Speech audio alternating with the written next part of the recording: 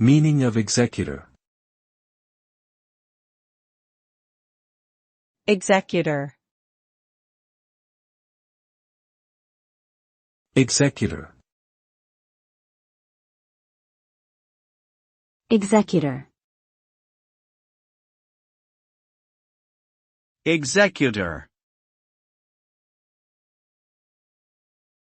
An executor is a person or entity appointed to carry out the terms of a will or trust.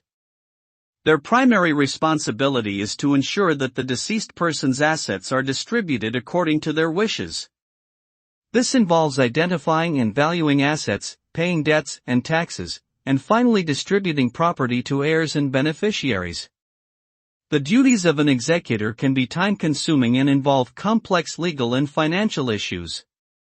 They may also be held personally liable for any mistakes made during the process. Nonetheless, serving as an executor can be an important act of service to someone who has died, as well as a way to honor their wishes and legacy.